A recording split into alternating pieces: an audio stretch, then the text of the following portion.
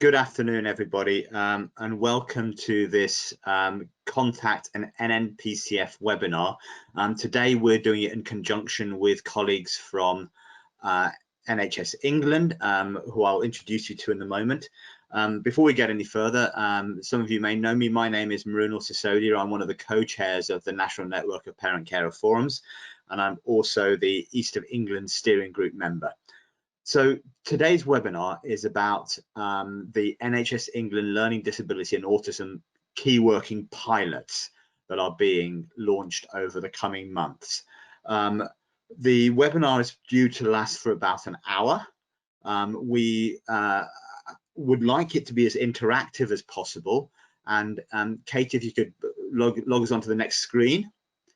What we will try and do is we will try and take questions at the right time. So you will see on your bar that there is a little question mark or questions tab.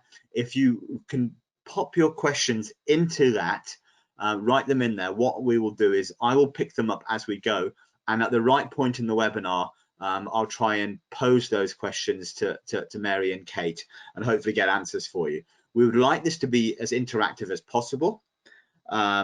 So please do ask your questions. Please do put your comments on there. We'll try and respond to as many as possible. Now, some logistics about the day. This is a webinar, and so all of the attendees, apart from Mary, Kate, and myself, will be on mute, and so we won't be able to hear you. So that's why it's really important to use the questions and comments bar. Please bear with us if we do have any technical hitches, because we are actually broadcasting in this COVID world from 3 different locations, and the wonderful Helen, who administrates the webinars, is in a 4th. So please do bear with us if we do have any technical issues. Hopefully we won't. And without any further ado, I think I'm going to hand you over to Mary and Kate to introduce themselves and take you through the webinar. Hello everybody, and welcome to the webinar. My name's Mary Busk, and I'm a Senior Family Carer Advisor in the Children and Young People's team in the Learning Disability and Autism Programme at NHS England and Improvement. Hi everyone, I'm Kate Sutton, and I'm also from the same team as Mary, Children and People's team in the Learning Disability and Autism Programme. And my role in the team is to lead on the development of the key working commitment to the long-term plan. So we're really delighted to have the chance to talk to you today about this really important commitment for families and for children and young people with a learning disability, autism, or both. So we have a number of slides. That's, if you hear some noises, that's my son slightly screaming, but it'll be okay.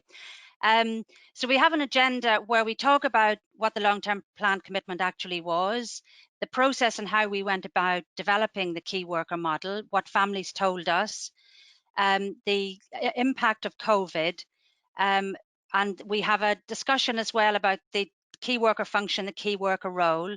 We'll cover timelines, and we've got contacts for you, as well as a really important question at the end to ask for your views and input on. So the long-term plan commitment, the language was very clear in relation to the key working commitment, that it is for young people and children with a learning disability, autism, or both. It also specifically, though, relates to initially it states key worker support will be provided to children and young people who are inpatients or at risk of being admitted to hospital, and by that we mean inpatient mental health settings. So we're very clear that the initial phase of this work is focused on that group of children and young people, those who are inpatients or at risk of being admitted to mental health in hospitals.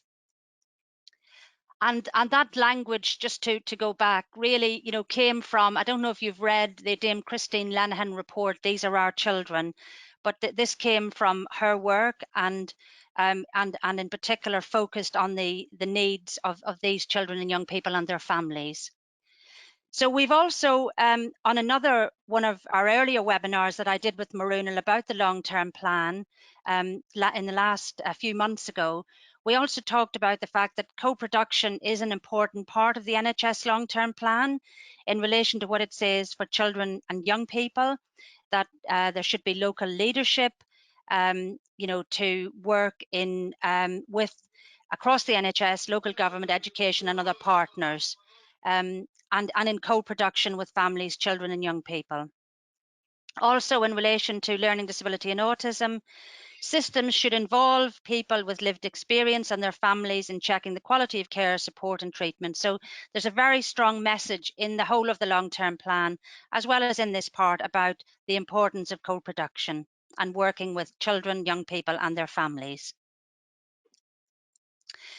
Also, I haven't put all of these, or we haven't put all of these links in, but these are documents and national guidance that are all on our NHS England and Improvement website.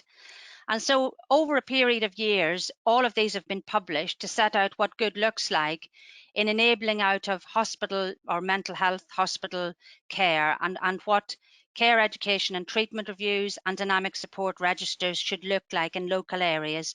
And really all of this is designed to make sure that children and young people get the right help at the right time. And the care education and treatment reviews have been really positive and important in doing that. A large proportion of those in the community ensure that children and young people and their families do get the right support in the community. And the dynamic support registers held by clinical commissioning groups have a vital role to play in ensuring that those children and young people who need lots of person-centered care and support and their families are known and known and understood, and who they are. And Kate will talk more about that and the importance of that in the context of this pilot shortly. So we are committed very much in our team to co-production. We've had for a number of years a parent carer participation co-production forum, and members of the national network are part of that, as are other groups and families. And as you can see, that was a really central and essential part of where our work in taking the words from the long-term plan and translating them into to action, where we went with this. And that was really the first place we went. We asked families, including those who'd had young people in inpatient settings, what this meant to them, what they wanted. And that really formed, along with a regional consultation process and talking to national stakeholders, that really formed an essential part of a stakeholder event where we brought together all of these points. But really the essence of it was really what families said they wanted and reflected their learning. We then, the Council for Disabled Children, then looked at existing roles and functions and did some research around that, commissioned by Health Education England, to inform the work and development of the key worker model. And that again fed into the stakeholder reference group that has parent carers, including National Network of Parent Carer Forum members on it. That again went back to our parent carer participation forum, where we asked parents to define the outcomes that they felt were necessary for pilot areas to indicate success by, really. And those elements were really the words of the families. We took exactly what they said, and Kate can probably say a little bit more about this in relation to how it's been presented. But we really took exactly the words that families said they wanted, and we've used that as part of the outcome framework for measuring the success of the pilot areas. And taking all of this work, we then had quite recently an event where we brought together all of this and finalised documents, which has given rise now to the function guidance and all of the information that's gone out to the system. So families, I think, and I hope that this will resonate very much with you. So these are some of the things that families told us that they wanted and needed this model and all of this work to deliver. So children, young people and families should feel safe and happy, feel listened to and informed, feel involved in their plans, care and support, and experience a reduction in stress and uncertainty and an increase in stability. And those I hope you understand really, and they can resonate with you, because these were heartfelt discussions that we had with families, and they spoke from the heart, and they spoke based on their own lived experiences, and they felt that this was a tremendous opportunity for them to be able to influence something really positive and important that would help make sure that other children and young people and families you know, had a much better experience and have really good lives.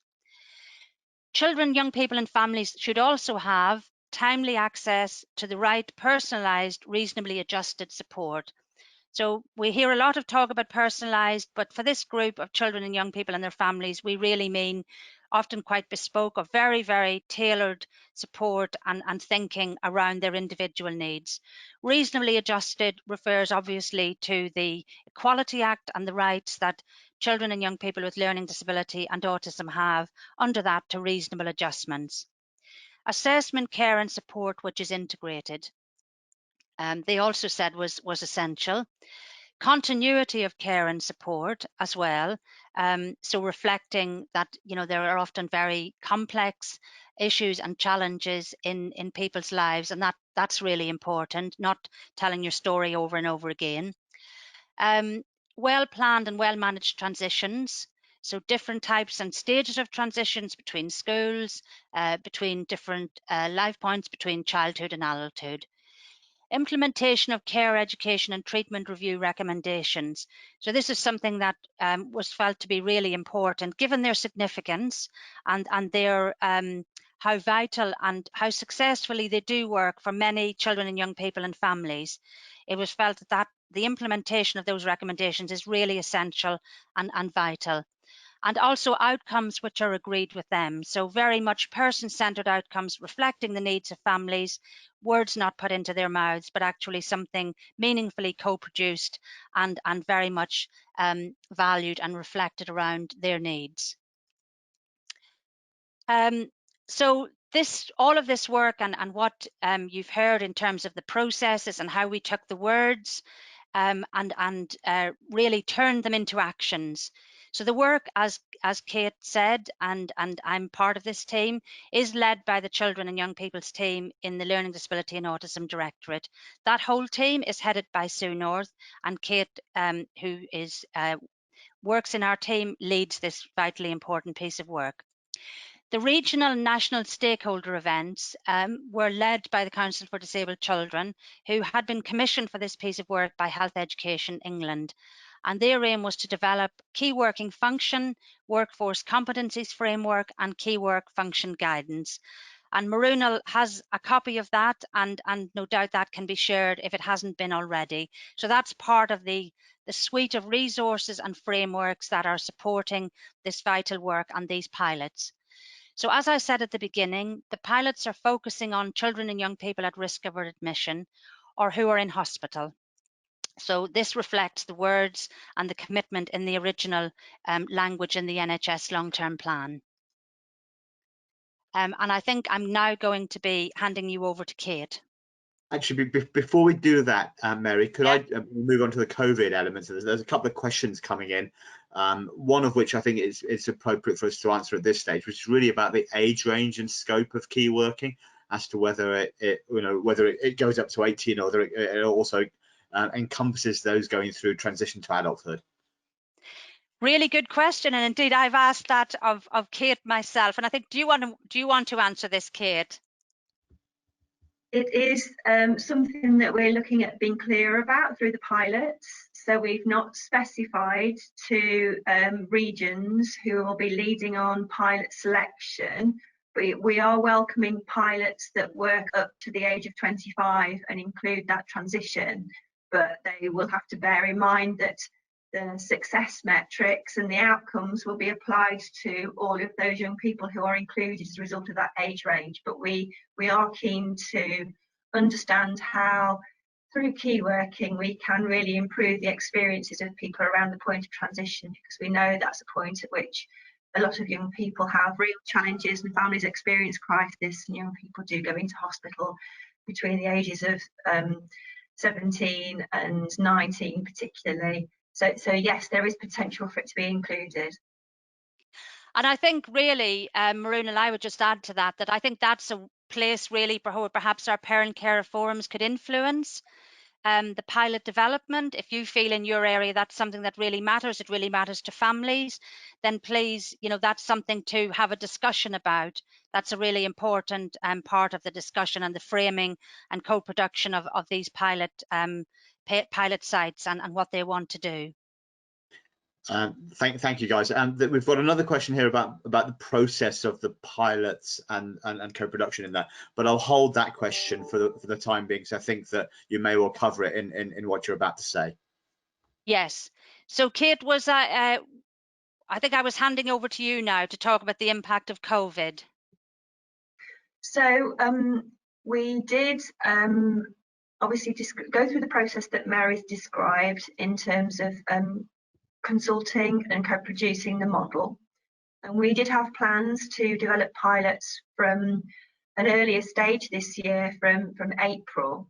Obviously, through the pandemic, the plans of all elements of our programme were paused, because all efforts obviously had to concentrate on the pandemic and no extra burden to the system.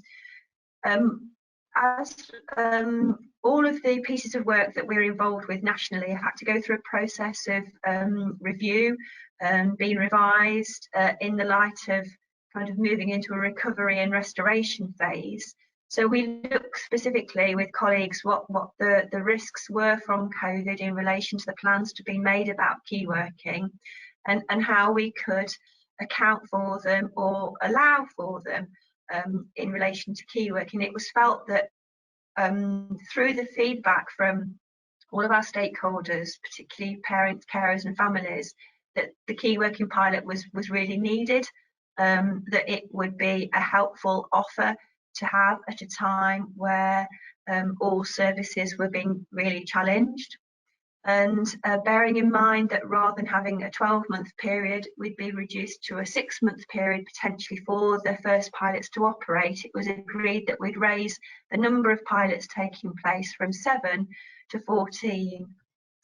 It was originally going to be 7 because NHS England divides England into 7 different regions. So now each region will have 2 pilots, or the funding to run 2 pilots for the remainder of this financial year. So the money for the pilots has been devolved directly to the regions. We have devised with co-production, as Mary's described, guidance for regions on what we're expecting from these pilots, and also we've provided guidance for prospective pilot sites on what they need to deliver in developing their model. And we've also devised an expression of interest pro forma, and these were launched with regions at the beginning of June to help areas start those conversations with all of their partners, including parent carer forums and parents, young people and families, to shape their model and be ready to put their expression of interest forward to their region. And each region is making the decision on what 2 pilots to take forward, and we're operating an assurance process just to check that all the boxes have been ticked. I'll come back to that in a moment. A key element in revising the plans was to ensure that there was an increased focus on making sure that dynamic support registers and dynamic support processes were either restored or developed to a point where local areas had got confidence that they were able to identify in a timely way young people who are showing signs of moving towards crisis or increasing distress, or behaviours that were challenging, that might mean that they were requiring additional support to avoid potentially an admission to a mental health hospital. We also felt it was important for pilot sites to outline plans to step down from key working, so that they needed to consider not only their model for key working, but also what would support families to step down from it. And that would probably involve working with their community, voluntary and charitable support networks, and understanding where they were at as a result of COVID. We also felt that the value of focusing on a key working function and competencies framework enabled recruitment potentially from a wide range of professional backgrounds. So rather than describing a role, which may well be a social worker or might be a learning disabilities nurse, we've described the work that needs to be done and the skills needed to do it. So potentially recruitment can come from a wide range of professional backgrounds in areas where there may be particular challenges recruiting from one professional group or another. And we've also considered that in the short term at least, pilot sites will need to have some consideration for virtual ways of working as we move to be able to manage face-to-face support again as we move forward. So moving to the next slide, Mary, thank you. So this really just gives you a high-level overview as to how the different bits of this sort of system fit together. So Mary and myself sit in the National Children and People's team, and we liaise with our regional teams who will be leading and managing the governance for the key worker pilots and helping us with the testing and learning and liaising directly with the local areas and supporting the selection process. So there's a clear line of support, challenge and accountability, and a clear line for communication and ensuring, you know, early learning in terms of the practice, good practice and outcomes. And we will be setting up a national evaluator and also a community practice for all pilot sites to be involved in. So it's really for local areas working with their region to really think about what is the most appropriate footprint for a pilot site to operate on in this first phase.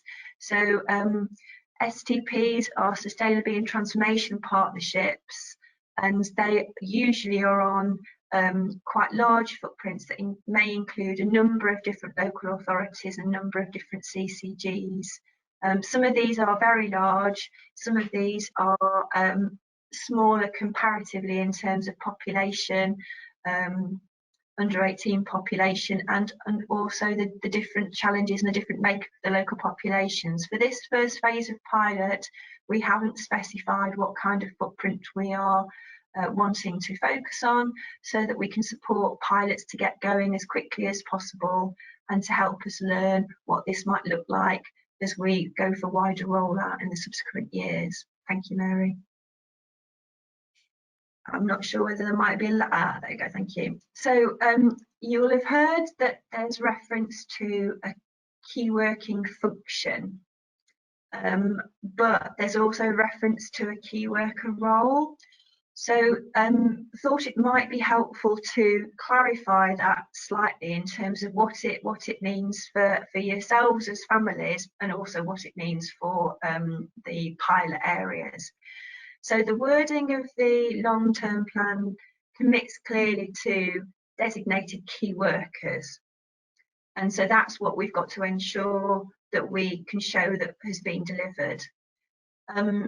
In the consultation and the co-production work that has taken place, we've been able to describe what key workers should do, so the functions, and we've also been able to describe what knowledge, values and capabilities are required in doing that work, in delivering those functions.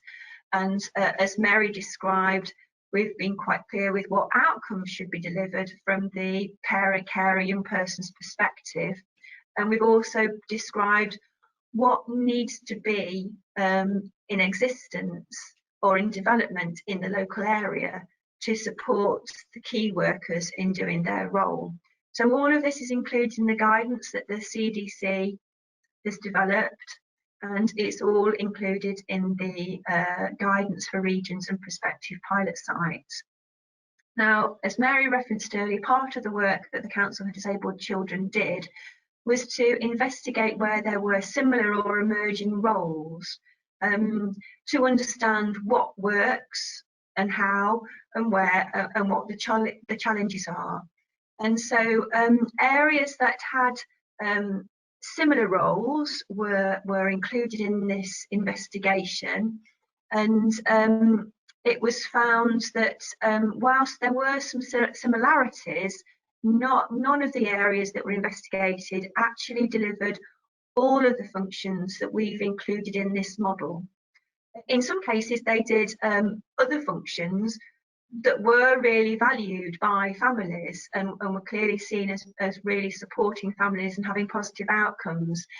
So it was agreed that by describing key worker functions, it meant that areas that had some offer currently in place could add to that offer and potentially develop a team structure to encompass what they had, but to ensure that they were also delivering what we're expecting them to do in the pilots to deliver on all of the key worker functions. So there is an element of flexibility, but the primary issue here is for pilots to deliver what we call additionality in terms of adding to the workforce and demonstrating that they are delivering the work that has been described, and for us to be able to then check that it has the outcomes that we're seeking and also meets the success criteria that we're looking for. So all of the pilots are going to be measured on children, young people and families having a named key worker where they are in hospital to support their smooth transition back to the community and the personalised support they need in the community. And those pilots will also be measured on those young people who are identified as being at risk of admission having a named key worker. So it's very much a part of the metric that you have a key worker, but how that is made into a model locally with existing support and services, there's an element of flexibility for local areas to work that through to best fit their current offer. Thank you, Mary. Moving to the next slide.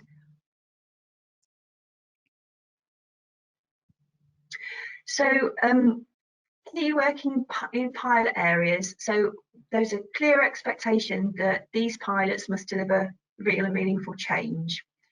And we've been very clear in what the outcome measures and the metrics are. And we are in the process of appointing a national evaluator.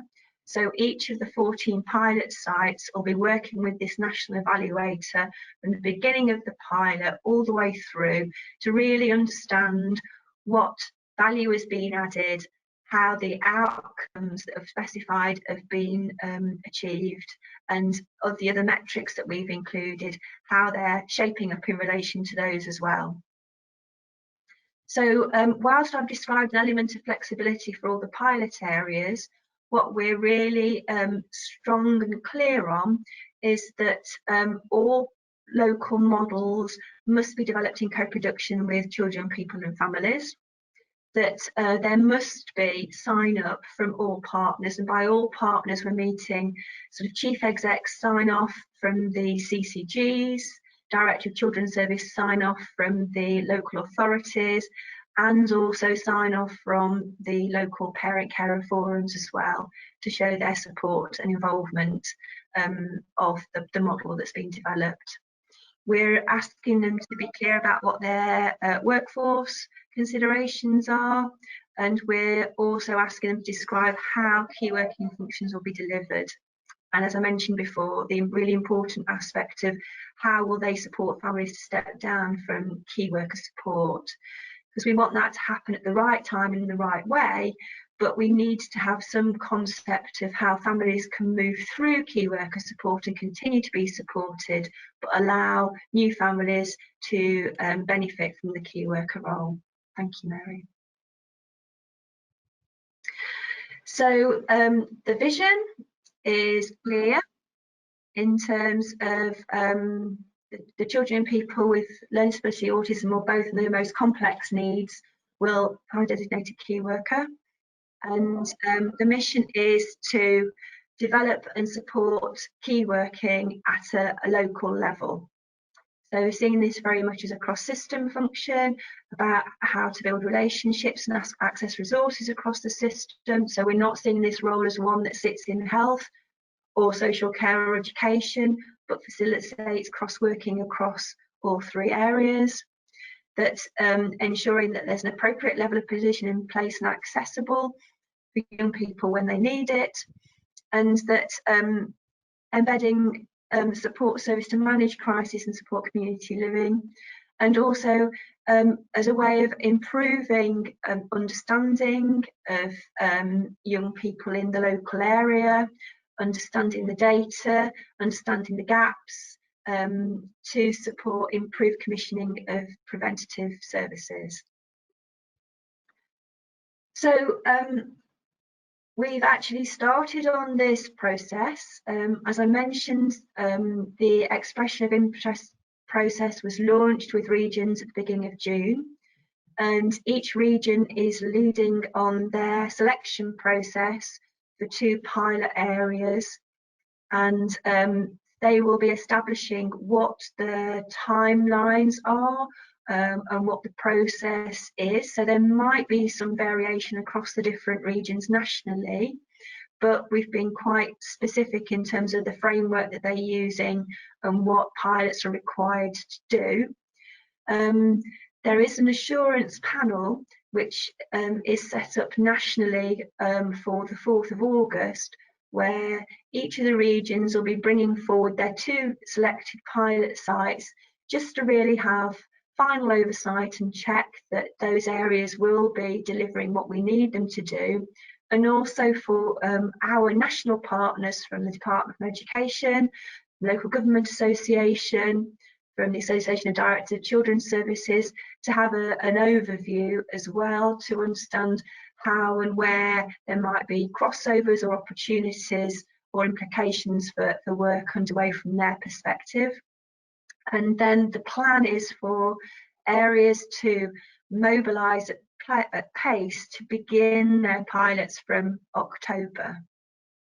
So what local areas who are interested in becoming pilot sites should or are doing at the moment is developing that shared vision for how it will work across the footprint that they've identified, seeking sign up from their local partners, including yourselves as parent carer forums, seeking support in co-developing and co-producing plans, and also considering really what the system requirements to support key working are like in that area, and what the risks might potentially be and how they need to be mitigated. And we are aware that there are, variations in terms of the risks that might be arising from COVID in different areas.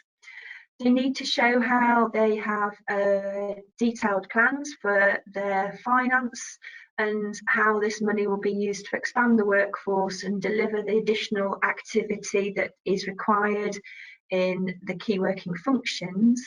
They need to be considering what their governance and leadership arrangements are, and each area needs to make sure they are fully committed to joining a national community of practice. And that national community of practice will be an opportunity for all 14 pilot sites to come together and on a real-time basis share from each other's learning and better understand different elements of how they work where, and so that they can be an ongoing approach to refining and developing the model as we proceed. So colleagues on the webinar may well be aware already, but in each of the 7 regions there is somebody who is designated within the Learning Disability and Autism Programme as the Children and Young People's Lead, and these will be a primary contact point in terms of the regional work around selecting 2 pilot sites, and then engaging in the work moving forward. So we thought it might be helpful for you to have oversight as to who they are and what their contact details are. Most of these people have been in post for some time now, apart from those of you from the east of England. Hannah Mann only came into post on the 1st of June, but is quickly becoming established and is obviously fully started on this and will be very involved in the development of the work moving forward. So in each of the regions, as well as there being a children and persons lead, there is also a regional head of autism and learning disability who will also be having the responsibility and accountability for the development and selection of the key working pilots in their area, and obviously oversight of how the devolved funds are being used. So these are the regional leads, but I would suggest that it's the children and people's leads who would be the sort of primary source of contacts if you want to find out more about who might be the person to contact in your local area if you've got an interest in becoming involved in some way in a potential pilot in the area that you live. Thank you, Okay. Mary. Am I right in thinking? Oh no, we've got one more slide. Yes, our big question. So I don't know, Do you want Maruna, to lead on this bit? Yes, well, I think we had a question at the end. Maruna, I don't know how you want to play the other questions, but we're very conscious about the key worker name, you know, being now widely used in the context of COVID.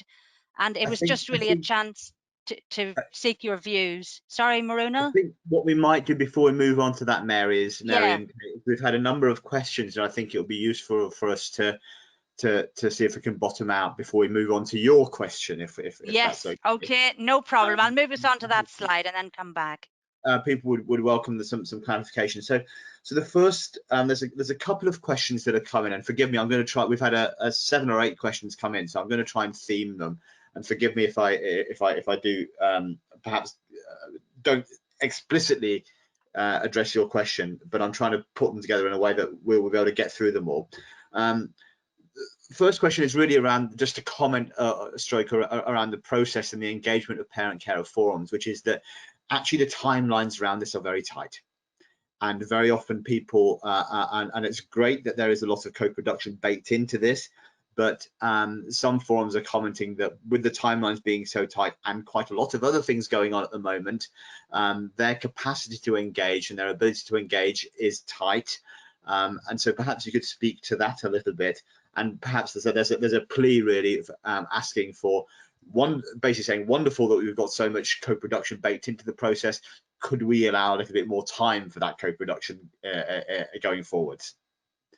But perhaps you could just talk about the level of engagement that forums are able to give and what you expect from them. Shall I start with that, Mary? Yes, please, Kate. We absolutely recognise that the timelines are tight, and that brings particular challenges for the kind of co-production that you would want to engage in. We were left with a decision as to whether we had pilots this year or not, and I think the overwhelming response from those people involved in the consultation was, you know, get pilots going, get the money out of the system and get the work started. So that's been our primary objective. It's important that areas that aren't necessarily ready to express interest as a pilot site this time round begin to think about what their model would look like and how they would co-produce that, because we'll be looking at adding to the pilot sites from April next year. So there will be some areas that aren't ready to put forward an expression of interest this time round that will have longer to engage in that co-production process. And as I say, we're looking to very much test. So there's an importance that there's clear involvement and engagement with parent carer forums and the local children, people and families in not just shaping the model to go out for the expression of interest, but in the continuing work. So this isn't something that stops once the pilot has been agreed. but something that we're expecting is a continuing relationship to sort of shape the development of the work locally in delivering the outcomes that we're expecting. Yeah, and I just might add to that. I think that I totally support, agree with everything Kate said. And just to add, I mean, I think as well, it shouldn't, I know many areas and many forums already have, dialogues with their local areas, and in a way, this should be, a continuation of that, not something new, and also the most important thing is, as Kate said, it's the start of something that needs to be worked through over a period of months and years to develop this. These pilots are being used to help. Do you want to say something about that, Kate? Actually, the future, the 5-year plan, and just yeah. So we obviously have a plan each year to widen and increase the number of pilots and to build on the learning. So to be clearer about what needs to be included in the offer and what it needs to look like locally, but based very much on the outcomes of the pilot sites and the co-production engagement within those pilots. So we have potential for 14 pilots for this year, but then increasing them with up to 3 to 4 per region next year, and then gradually rolling out and increasing up until the year 23-24, when we're expecting to have a full rollout in all areas of the country, in the way described in the long-term plan commitment, with those children with the greatest level of need and having a designated key worker. So all areas will be having the resource and a model by the end of 23-24. Lovely. And can I just maybe add very briefly on top of that, is that we all know that parent care reforms are have varying capacities and also are under varying degrees of strain and stress at the moment at this very unusual time. And I think the plea from me would be, as a parent care reform, if you feel you should only be engaged as much as you feel you're able, and do not feel as if you're obliged to overextend. And if your local area is asking something of you that you feel uncomfortable with for whatever reason, that probably isn't co-production either. So feel free to set limits on your involvement as well, that you are able to support and be comfortable with. Can I move us on to another round of questions here, which are linked? The first one is sort of a segue between what we've just spoken about and the next set of questions, which is really, can you talk about how much is available for each pilot financially, and also then talk a little bit about the footprint of the pilot as to what you're expecting to see. Are there CCGs? Are they STPs? Who else should be collaborating in the pilots as well? The amount of money allocated for this first wave of pilots is 250,000 per pilot. So each region has been devolved 500,000 to manage 2 pilots. Now we have huge variation in the size of some CCGs and some local authorities. So at this stage, as I mentioned, we haven't specified what the footprint should be, but we're thinking along the lines of an STP or transformation partnership footprint that could potentially bring a number of CCGs and local authorities together. But I say that's very much for local areas to be thinking about at the moment in terms of other considerations they might have around being one of the the first wave pilot sites. So we know, for example, that the STP, say from Hereford, looks very different from the STP in Greater Manchester. So there'll need to be some consideration in terms of the population size, the issues as to what that footprint looks like to make best use of the amount of money that's on offer.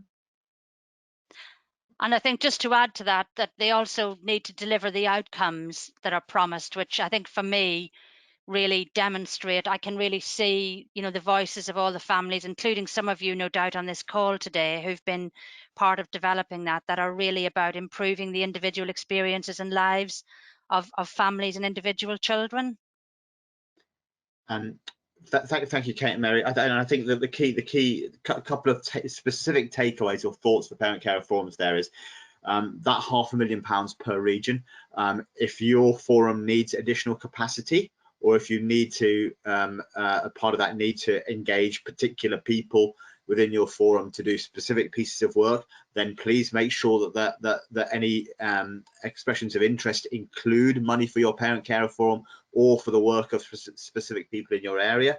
And I think the second takeaway from that answer for us is, just as we are expecting CCGs to work cross boundaries across STB footprints in this, then parent care forums probably should be thinking about buddying up and working in collaboration with your local geographical neighbours as well. I think that would very much strengthen bids as well. Moving on to another sort of questions, much more this time, much more around who the pilots might be able to help when it comes to individual children. Firstly, a question around what about those children that are on waiting lists, who are not currently known to a service, or on waiting lists for services, particularly in relation to the question was about CAMS, but more generally waiting lists, who might benefit from a key worker. The second question really then is around where children are treated as well. So if a child is in a bed in a neighbouring CCG, or a neighbouring area, which area was responsible, you know, which pilot footprint would they fall into, the sending CCG or the CCG where they're being looked after? So a couple of questions about who might benefit from these pilots there for you, Kate and Mary. Okay, so I'll take the latter part of that question first. So it's the child's originating area, so where they come from and where their family live, that would be the area responsible for including them in the pilot.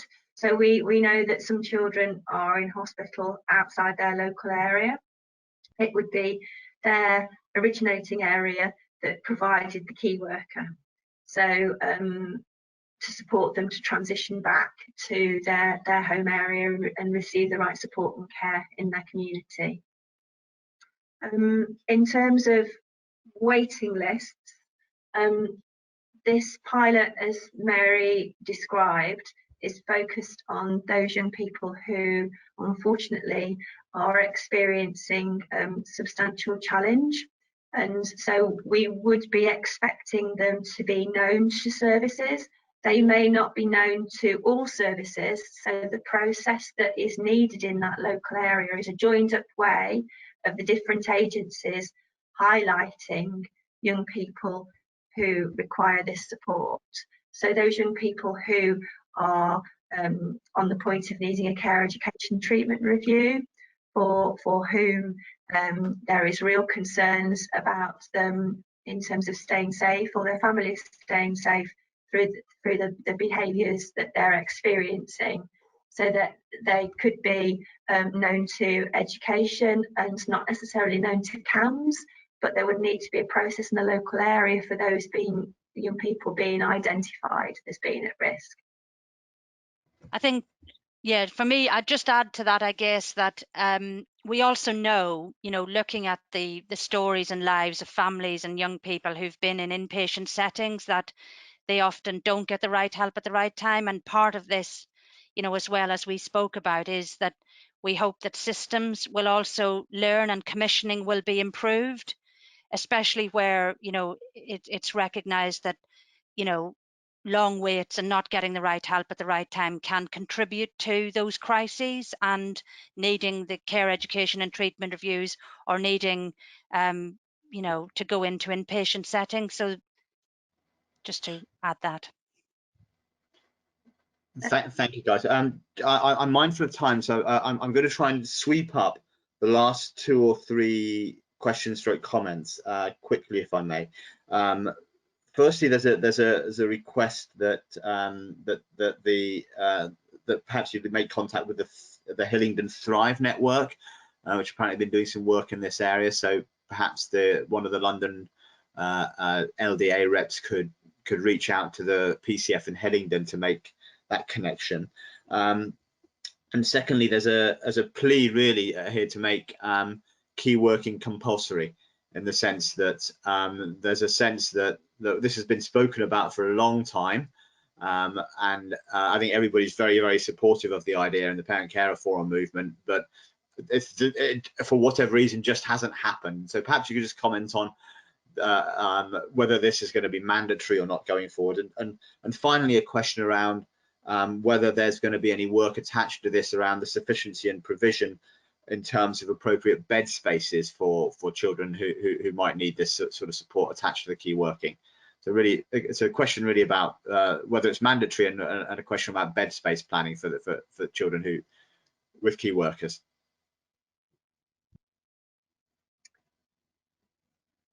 I think the bed space is a separate issue, because key working is really about avoiding admission wherever possible, but in recognition that sometimes admission is the right and appropriate thing, but that we want that admission to be for as short a time as possible, and for young people to have the best support in transferring back to their local community, and not to then require to go into another form of residential care unless it's absolutely the best thing for them.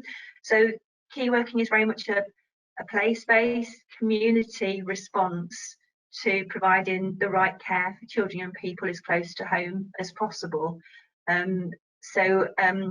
It's not for this piece of work to really speak to bed sufficiency and beds being in the right place and offering the right support. That's for other elements of the work that we as a programme are involved in.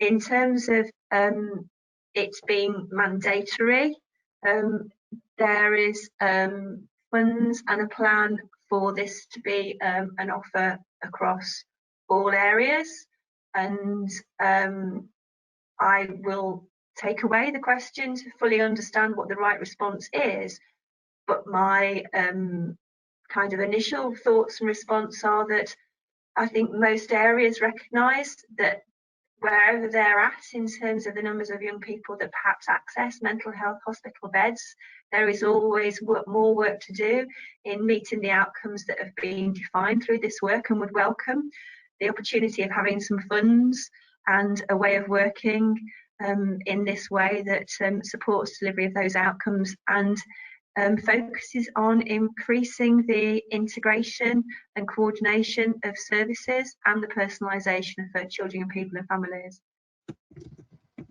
Brilliant. Thank you for that, Kate. I've